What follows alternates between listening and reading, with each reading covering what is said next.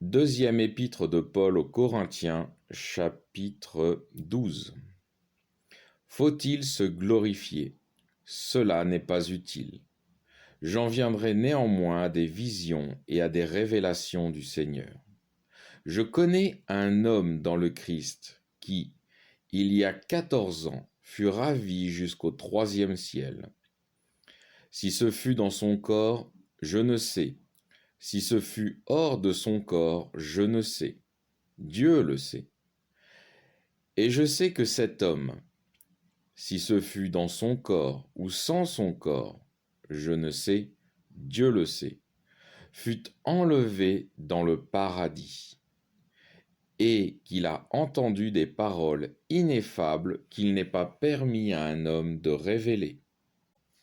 Alors je vais redonner la définition de ineffable.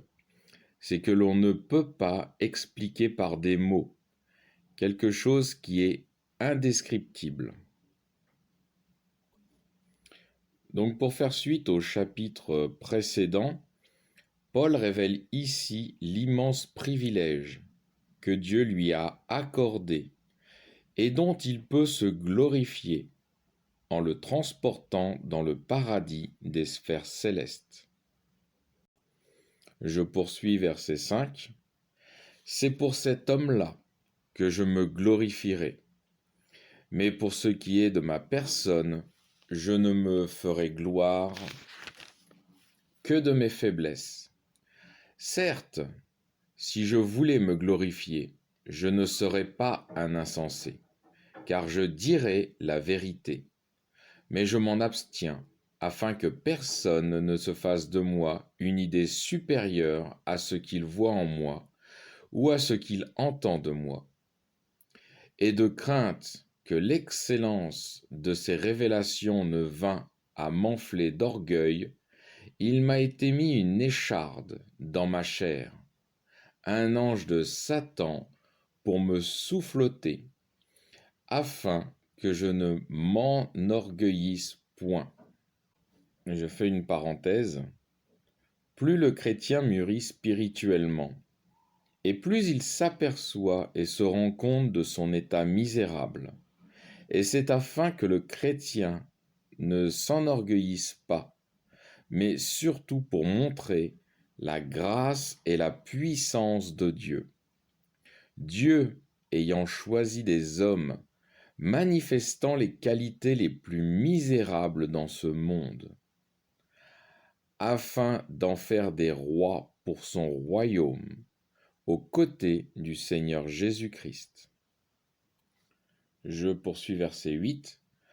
À son sujet, donc au sujet de l'ange qui titillait l'apôtre Paul sur sa faiblesse. L'ange, le démon plutôt, puisque c'était le collaborateur de Satan. 3 fois j'ai prié le Seigneur de l'écarter de moi, et il m'a dit, ma grâce te suffit, car c'est dans la faiblesse que ma puissance se montre tout entière.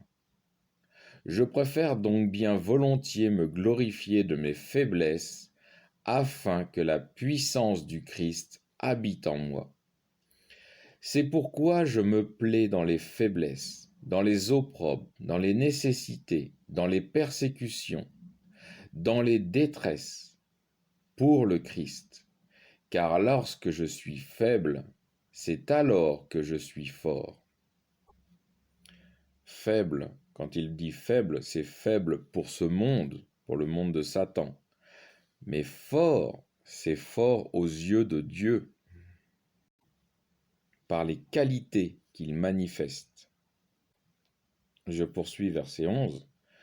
Je viens de faire l'insensé, vous m'y avez contraint. C'était à vous de me recommander, car je n'ai été inférieur en rien à ceux qui sont les apôtres, quoique je ne sois rien.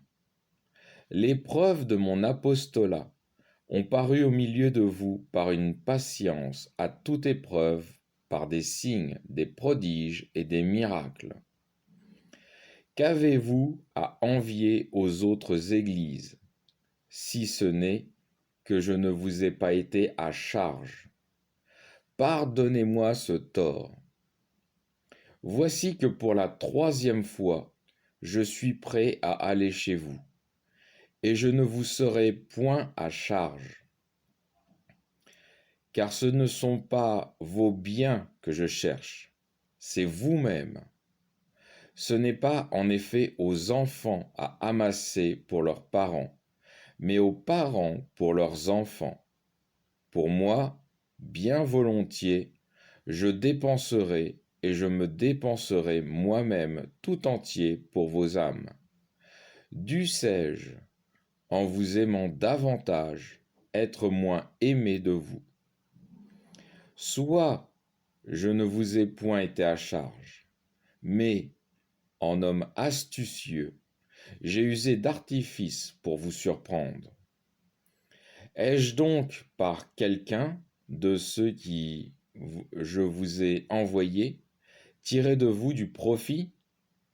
J'ai engagé Tite à aller chez vous, et avec lui j'ai envoyé le frère que vous savez. Est-ce que Tite a rien tiré de vous? N'avons-nous pas marché dans le même esprit, suivi les mêmes traces?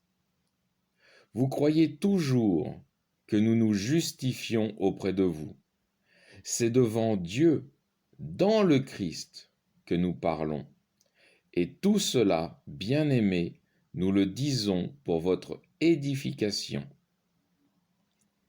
Ma crainte, c'est qu'à mon arrivée, je ne vous trouve pas tel que je voudrais, et que par suite, vous ne me trouviez tel que vous ne voudriez pas.